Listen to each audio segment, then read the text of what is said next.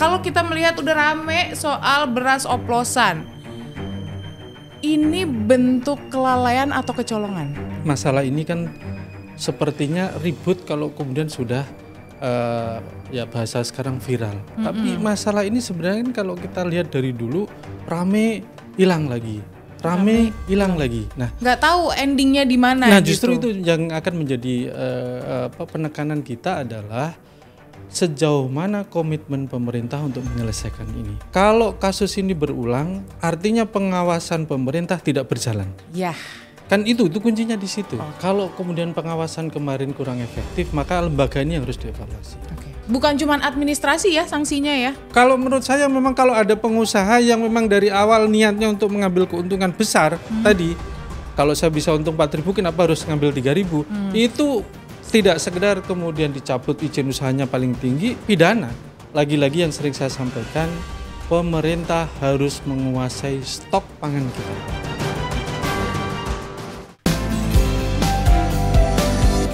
Sudut Dengar Parlemen. Hai, kamu sedang mendengarkan dan menyaksikan Sudut Dengar Parlemen sama Nadia Kanaya tentunya. Nadia mau membahas soal yang rame pasti. Kita membahas soal beras oplosan. Wah, kira-kira yang kamu makan itu adalah beras yang sesuai dengan harga dan berat yang tertera di kemasan atau tidak? Terus kualitasnya memang sesuai atau tidak? Sesuai dengan standar nasional Indonesia. Itu ada loh ternyata yang harus dicek dan pengecekannya juga bisa. Nah, kita bahas ya soal beras oplosan ini. Sudah ada anggota Komisi 4 DPR RI dari fraksi PKS. Bapak selamat. Apa kabar? Alhamdulillah, baik. Alhamdulillah. Terima kasih Bapak sudah meluangkan waktu di ruangan sudut. Dan memang di sudut ini ya. Iya, memang sudut ini. Memang real sudut ini ya kan. Oke, gimana nih Pak? Kalau kita melihat udah rame soal beras oplosan. Ini bentuk kelalaian atau kecolongan? Karena ini bukan yang pertama. Iya. Jadi kalau kecolongan enggak juga, ya saya lebih kepada kelalaian dan ini menjadi introspeksi kita bahwa pertama ini masalah pesan moral kita ya, artinya betapa memang seolah-olah nilai-nilai kejujuran, nilai-nilai yang sudah diajarkan dalam dasar negara kita Pancasila nggak ada dalam diri pengusaha. Ini menurut saya menjadi catatan penting. Yang kedua tadi ini terkait dengan tata kelola yang memang harus kemudian kita perbaiki. Ini permasalahannya kan bukan sekedar kemudian ribut-ribut. Ya. Kan sebenarnya permasalahan tadi disampaikan oleh Mbak Nadia bahwa masalah ini kan sepertinya ribut kalau kemudian sudah ya bahasa sekarang viral. Tapi masalah ini sebenarnya kan kalau kita lihat dari dulu rame hilang lagi. Rame hilang lagi. Nah, nggak tahu endingnya di mana. Nah, justru itu yang akan menjadi penekanan kita adalah sejauh mana komitmen pemerintah untuk menyelesaikan ini. Anggaplah dari sisi ini tentunya ini yang lagi rame di masa-masa awal pemerintahan ini secara pribadi saya apresiasi. Tinggal yang menjadi catatan nantinya adalah bagaimana sikap pemerintah yang sekarang harus beda dengan pemerintah sebelumnya. Kalau dulu tadi disebut Mbak Nadia endingnya tidak jelas, saatnya hari ini pemerintah meyakinkan kepada rakyat bahwa saya beda, saya bisa menyelesaikan masalah ini. Karena ini adalah urusan-urusan perut ya. Betul. Jadi kalau kemudian trust dari masyarakat berkurang karena urusan perut, naudzubillah kita kemudian ada efek-efek politik yang tetapi saya berkeyakinan bahwa pemerintah sekarang dengan munculnya hari ini harapan kita sangat serius sehingga cerita lama yang tidak ada happy ending, bahkan bukan happy ending, endingnya nggak jelas. Mudah-mudahan hari ini dengan pemerintah yang baru kita berharap ada happy ending yang kemudian bisa dinikmati oleh rakyat insyaallah. Happy endingnya ini yang kita tunggu. Iya. Menuju happy ending ini kan berarti harus ada action ya kan. Gimana nih kalau kita lihat Bapak tadi udah bilang sebenarnya ini bukan hal yang baru. Ketika udah viral baru nih diulik kembali. Iya. Artinya yang kemarin belum terselesaikan, belum ada hukum yang menegakkan siapa pelaku-pelaku yang nakal melakukan kecurangan, pengurangan berat beras atau oplosan beras? Iya, jadi kalau saya melihat di sini nanti bagaimana kemudian penegakan hukum yang memang harus kemudian tegas dilakukan kepada itu. Kita dengar dulu mafia beras yang sering diungkapkan, tapi kan nggak jelas makhluknya. Nah saat ini yang juga turun tangan adalah pemerintah, yang dia juga harus menyelesaikan itu. Oleh karena itu tidak sekedar kemudian nanti kita memberikan sanksi administrasi, tetapi bagaimana kemudian kita memberikan sanksi yang lebih tegas agar ada efek jera. Karena ketika kita ini berulang, artinya efek jerahnya tidak ada. Sementara ini permasalahan serius menurut saya. Nah, jadi yang ditanda kutip ditipu ini tidak satu hal, tidak satu objek, yaitu para konsumen. Tapi ada petani yang menderita, yang harusnya dia kebagian harga mahalnya beras, tetapi dengan penipuan, tanda kutip penipuan ini ya penipuan, maka dia tidak menikmati harga ini. Di saat yang sama, konsumen yang harusnya mendapatkan harga yang terjangkau juga melambung tinggi. Ini tidak nyambung, sehingga ini harus diselesaikan. Bagaimana pemerintah hadir nantinya dengan konsep yang berkeadilan. Saya pikir ini penting. Pak, kalau kita telusuri, karena ini sudah bukan hal yang pertama, artinya kan pasti kita bisa berkaca dari kejadian-kejadian sebelumnya. Sebenarnya ini potensi adanya kecurangan itu di titik mana? Apakah dari distribusi kah, ataukah dari gudang kah, atau dari mana sebenarnya? Ya, yang lebih bertanggung jawab. Iya. Artinya kalau ini kan seolah-olah tersistem ya, sehingga kemungkinan namanya sistem tidak akan satu bidang bekerja, tetapi bagian kemudian menjadi sistem. Oleh karena itu ini penyelesaiannya juga harus komprehensif gitu ya. Jadi kita tidak serta-merta nanti misalnya yang kita salahkan hari ini pedagang. Di saat yang sama kontrol di bawah seperti apa? Kasus hari ini misalnya pemerintah memberikan harga HPP gabah 6.500. Oke, 6.500 ya. 6.500 itu kalau dijadikan beras, pemerintah memberikan HET 12,5. Ini masih masuk. Tetapi fakta di lapangan hari ini harga gabah sudah melebihi itu. Sampai di angka 7.000 lebih, 7.500. Kalau harga gabah di situ sudah 7.500, ketika pemerintah mematok harga HET beras 12,5, pertanyaannya pengusaha mana yang mau rugi? Dari awal sudah kelihatan saya rugi. Sehingga disinilah potensi-potensi untuk membangun sistem, mengakali bagaimana saya tetap bisa berjualan, mengabaikan kepentingan konsumen, dia juga tidak mau rugi. Celah itu yang harusnya ditutup oleh pemerintah. Bagaimana menyeimbangkan antara HPP gabah, HET yang berkeadilan, ya kan begitu, agar nanti konsumen juga mendapatkan harga yang terjangkau. Pedagang juga tidak semena-mena. Nah, jadi petani artinya juga mendapatkan haknya yang sesuai dong. Iya, gitu. Jadi makanya ini evaluasinya harus komprehensif, dan sistem pengawasan saya pikir juga ini harus ditingkatkan. Artinya apa? Kalau kasus ini berulang, artinya pengawasan pemerintah tidak berjalan. Ya. Kan itu kuncinya di situ. Itu kuncinya yang saya juga mau tanyakan untuk di segmen kedua nih. Kira-kira pengawasannya ini tuh harusnya ada di kewenangannya siapa? Karena 2 kali kecolongan, sedangkan di sini ada banyak sekali stakeholder yang berwenang menangani soal pangan. Kita jawab di segmen kedua, jadi jangan kemana-mana, tetap di Sudut Dengar Parlemen.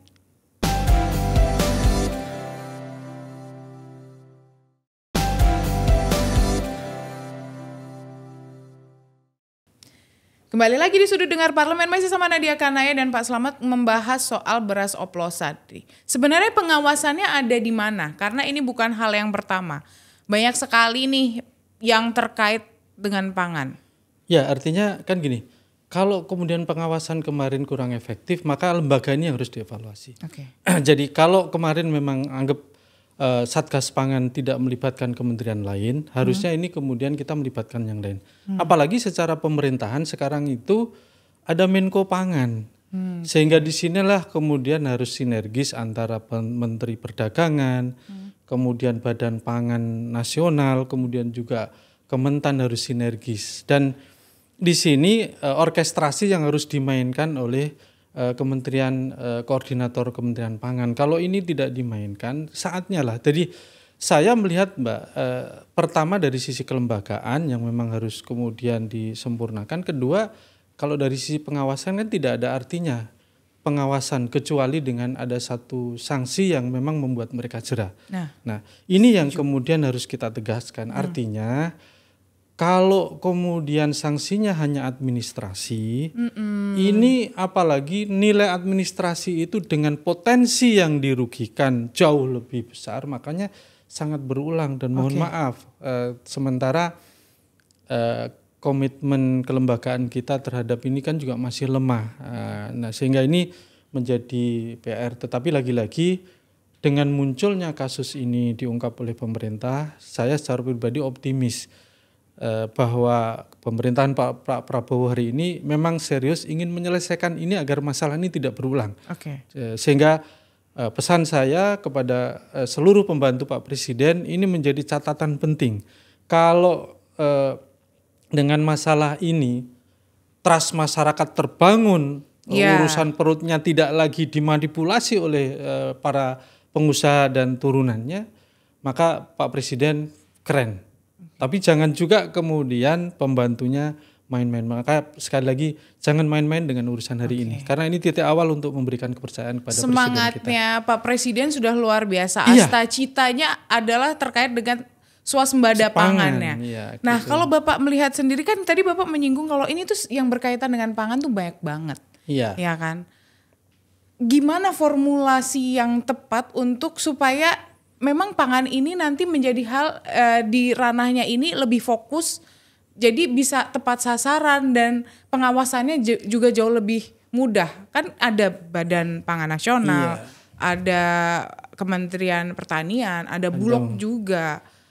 Hari ini mohon maaf dengan segala hormat, saya melihat masih tumpang tindih atas tupoksi yang ada. Mungkin tupoksi yang ada di atas kertas tidak tumpang tindih, tapi fakta di lapangan mohon maaf saya evaluasi. Harusnya Kementerian Pertanian bicara di hulu. Urusan hilir adalah Badan Pangan. Siapa yang mengkoordinir semuanya? Ya koordinatornya ada Menko Pangan. Disinilah sebenarnya dikoordinir agar ini tidak terjadi. Di situ ada Menteri Perdagangan. Koordinasi ini yang memang masih menjadi barang mahal, tetapi ya ini harus kita mulai. Dengan kasus ini kita sinergiskan bagaimana keputusan ini tadi berkeadilan. Petani mendapatkan untung, di saat yang sama pedagang juga tidak rugi, di saat yang sama konsumen mendapatkan harga yang juga adil dan terjangkau tadi. Nah ini orkestrasi ini yang perlu dimainkan, di mana HPP-nya, di mana saat masa panen berapa ini HPP-nya hari ini kan dipatok oleh pemerintah hanya 12.500. Kalau menurut saya HPP ini harus mengikuti ini di masa tanam berapa, masa tanam ke-1, 2 atau 3, sehingga ini yang secara berkala harus dilakukan evaluasi.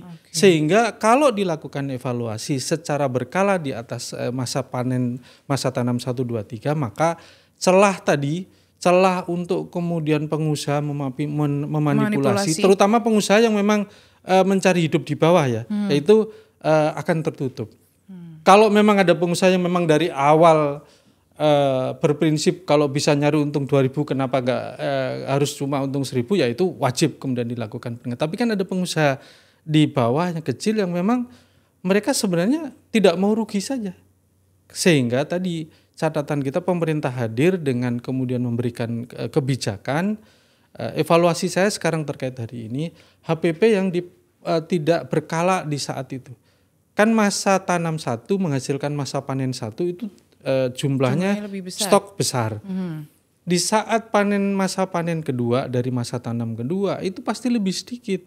Kalau HPP-nya gabah tetap dipatok di situ, sementara stok nggak ada. Kecil ini untuk keuntungan yang di masa tanam 2 ini kecil sekali. Kan panik akhirnya harga tinggi. Nah kemarin ada kesalahan yang perlu kita evaluasi. Di saat pemerintah kemudian membuat keputusan stok Bulog tidak boleh dikeluarkan.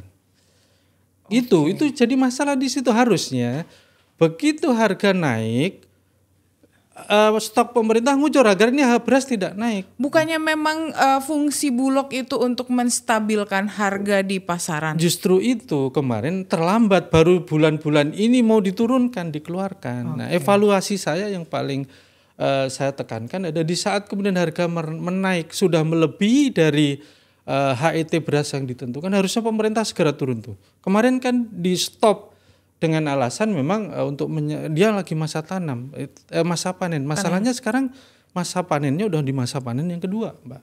Nah ini nih sehingga itu tadi peran Menko Pangan kemudian untuk mengorkestrasi ini semuanya sehingga masalah ini tidak akan terulang lagi. Saya yakin termasuk masalah mafia ini ketika regulasinya diperjelas itu bisa selesai, bisa gitu ya. Jadi semua berkeadilan, pengusaha tidak dirugikan, ini petani dan konsumen juga tidak mendapatkan haknya masing-masing.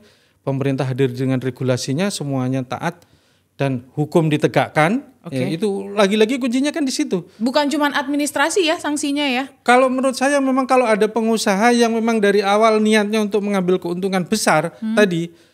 Kalau saya bisa untung 4.000 kenapa harus ngambil 3.000? Itu tidak sekedar kemudian dicabut izin usahanya paling tinggi, pidana. Kan di situ ada unsur penipuan, unsur macam-macam. Termasuk gitu. Ini ya Pak, karena ini perusahaan-perusahaan beras besar yang melakukan. Iya. Jadi hari ini kan yang ternyata yang disorot di publik kan perusahaan-perusahaan korporasi besar. Ya. Nah sehingga saya pikir efek jera kemudian harus menjadi perhatian dari pemerintah, termasuk cara mereka tanda kutip mengakali. Saya sudah memprediksi nanti itu pasti perusahaan besar itu kami maklun. Ini kan sudah mulai ini, sehingga seolah-olah yang salah nanti maklun lagi. Padahal tidak ada mitranya perusahaan besar kecuali juga pasti mereka sistemnya sudah dibuat begitu. Ini kita harus awasi jangan sampai nanti perusahaan besar kalau betul-betul ini terjadi melempar tanggung jawab kepada mitranya. Ini saya khawatir ke situ nih. Nah, jangan sampai ya, ini udah disampaikan nih sama Pak Slamet. Jadi harus waspada di awal, jangan sampai nih. Terus kemudian bagaimana nih ketika tadi Bapak menyampaikan ini jangan sampai kepercayaan masyarakat hilang karena ini berurusan dengan perut, sangat sensitif. Tantangannya adalah ke depan gimana supaya masyarakat kembali percaya dengan produksi-produksi pangan lokal yang memang dihadirkan pemerintah untuk masyarakat. Takutnya kita beralih ke impor yang justru kita nggak tahu nih kualitasnya seperti apa, seleksinya seperti apa. Karena mbaknya udah ngode. Ternyata menyenangkan sekali membahas pangan. Jadi jangan kemana-mana ya, tetap di Sudut Dengar Parlemen.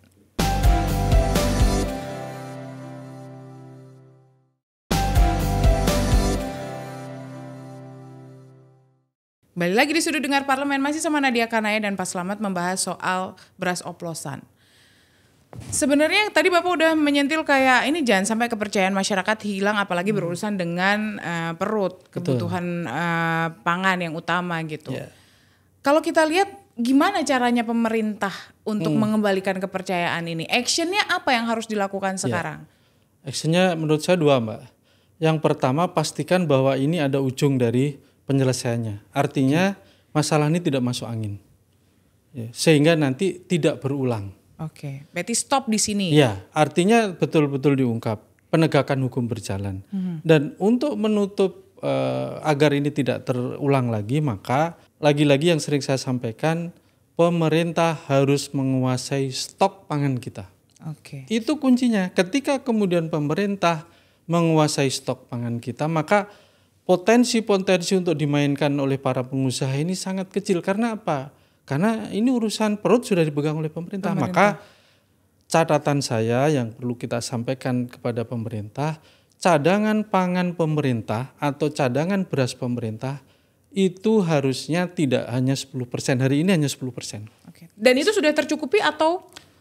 Kalau in out-nya nanti berjalan ya sebenarnya cukup. Tapi kan kita tadi pemerintah punya fungsi menstabilkan harga, tidak terjadi pengoplosan, sehingga pemerintah harus menguasai stok pangan kita, sehingga seluruh potensi panen rakyat kita diserap oleh pemerintah melalui Bulog. Kalau tidak bisa 100%, untuk menguasai pasar cukuplah 60-70% dari petani kita panen, serap itu pemerintah. Kalau sudah diserap, saya yakin yang namanya manipulasi tidak ada, karena harga dikomando oleh pemerintah. Ini urusan perut, makanya ini momen yang penting Mbak Nadia bagi pemerintah khususnya. Kalau saya dengan niat baik Pak Prabowo ini sudah tidak ragu, tapi bagaimana nanti memastikan bahwa seluruh jajarannya mengamankan ini. Makanya pastikan bahwa nanti ke depan itu pemerintah harus menguasai stok ini agar ini tidak berulang tahun. Saya yakin nggak akan berulang tahun. Karena hari ini pemerintah kan seolah-olah, mohon maaf,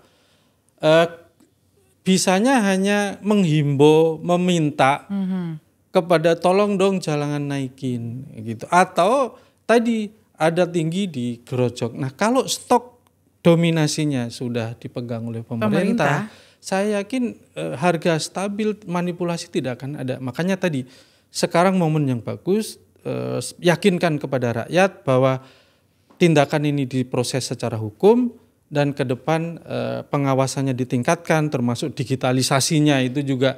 Ini kan era itu sehingga kita bisa real time melihat stok kita berapa. Dan yang paling penting tadi, selama pemerintah tidak menguasai stok pangan kita, maka kasus ini akan berulang. Karena tadi mental pengusaha kita, mohon maaf, masih kemudian tidak berpikir lagi terhadap petani, dan itu ya kalau saya bisa untung gede, masa bodoh dengan yang lain. Ini masih menjadi PR kita bersama. Dan artinya tadi kalau kita ngobrol dari awal, regulasinya juga harus diperbaiki. Betul, untuk bisa memastikan semuanya berjalan dengan lancar dari hulu sampai hilirnya kan. Makanya ini Komisi 4 kita di periode ini sedang concern, sudah memulai merevisi Undang-Undang Pangan. Karena ini juga menjadi harapan bagaimana terselesaikannya masalah-masalah pangan yang terus berulang. Sehingga kami nanti bagaimana pengawasannya, bagaimana bagian hulu dipegang oleh siapa, bagian hilir dipegang oleh siapa, bagaimana kontrolnya, ini sedang didesain. Harapannya undang-undang ini bisa memberikan rasa keadilan bagi semuanya. Ya, setuju. Pengusaha tidak didolimi, kemudian petani dan turunannya juga mendapatkan keadilan ekonominya, mendapatkan untung. Pengusaha konsumen dalam hal ini rakyat penggunanya juga mendapatkan harga yang berkeadilan, sehingga regulasi ini memastikan untuk itu semuanya, insya Allah. Pak, kita tahu Astacita Presiden salah satunya terkait dengan swasembada pangan. Bapak tadi menyampaikan kalau kita harus menguasai pangan dulu. Betul. Kalau Bapak melihat kemampuan pemerintah untuk saat ini, sejauh mana menuju kita bisa swasembada pangan atau berdaulat pangan? Kalau saya melihat perjalanan pemerintah kemarin dan sekarang, saya tidak berbicara masalah kemampuan. Artinya pemerintah itu mampu. Justru yang kurang hari ini adalah kemauan. Contoh kasusnya begini, pemerintah sebelumnya itu stok dari pangan yang dilakukan oleh Bulog saat itu penyerapan panen dari petani kita itu tidak lebih dari 1%. Selebihnya impor. Masuklah kemudian pemerintah sekarang dengan kebijakan baru penyerapan panen. Hari ini bisa 10% dari stok panen kita. Artinya pemerintah mampu dari 1% naik ke 10%. Duitnya ada. Sehingga tekanan saya bukan masalah ketidakmampuan, tetapi kemauan. Dan saya yakin dengan pemerintah sekarang dari 0 ke 10 aja bisa. Dengan semangat Pak Prabowo cita-citanya, saya yakin kemauan pasti ada. Tinggal kemudian kita kawal bagaimana pangan itu bisa dikuasai oleh pemerintah. Artinya harus memiliki semangat yang sama untuk mewujudkan swasembada pangan itu. Semangatnya para pembantunya harus sama dengan semangatnya Pak Presiden dan kita seperti itu. Terakhir Pak, apa yang mau Bapak sampaikan, penekanan apa nih terkait pangan, baik itu untuk Kementerian Pertanian, Perikanan maupun stakeholder terkait untuk ya tadi mewujudkan Astacita, kemudian menjaga kedaulatan pangan dan termasuk jangan sampai ada oplosan-oplosan kembali. Ya. Jadi urusan pangan ini urusan kedaulatan sekaligus juga masalah stabilitas dari politik. Kalau udah urusan perut ini terganggu, ya pengalaman berbicara bagaimana kemudian negara ini bisa tidak stabil. Oleh karena itu semua stakeholder harus berkonsentrasi pada ini, yaitu menjaga bagaimana petani kita sejahtera, rakyat pengguna yang menikmati konsumsi juga mendapatkan harga terjangkau, pemerintah hadir sebagai regulator yang berkeadilan, sehingga insya Allah ini ketika seimbang, maka cita-cita swasembada pangan itu akan mudah tercapai. Catatannya turunan-turunannya nanti ya seperti perbaikan sarana prasarana nanti akan berlangsung. Intinya bagaimana regulasi ini bisa menyeimbangkan ini. Selama kemudian tidak terjadi keseimbangan antara petani kita yang petani secara umum berarti ada nelayan di dalamnya, ada itu, kemudian juga ini tidak seimbang juga konsumen kita dalam hal ini rakyat kita yang makmur di tengah, ya harapan ini menjadi tinggal harapan. Oke. Seperti itu. Akan sia-sia ya. Iya. Jadi jangan sampai semangat Astacita Pak Prabowo ini menjadi sia-sia. Akhirnya kita harus satu tujuan. Terima kasih Pak Slamet sudah meluangkan waktu di ruangan sudut ini. Ya. Terima kasih untuk informasinya. Semoga juga bisa bermanfaat dan semua pendengar dan pemirsa juga bisa mendapatkan informasi yang tepat. Jadi tenang aja, ini sedang diselesaikan untuk permasalahan beras oplosan. Dan kita percaya, beri kepercayaan kepada pemerintah sekarang akan selesai pada saatnya sehingga tidak terulang lagi. Dan percaya lebih lagi kepercayaan rakyat kepada pemerintah lebih yakin lagi. Oke, terima kasih sekali lagi buat yang sudah mendengarkan dan menyaksikan Sudut Dengar Parlemen. Akhir kata saya Nadia Kanaya, Pak Slamet dan kerabat kerja yang bertugas undur diri. Terus saksikan Sudut Dengar Parlemen di episode selanjutnya hanya di TVR Parlemen. Bye bye.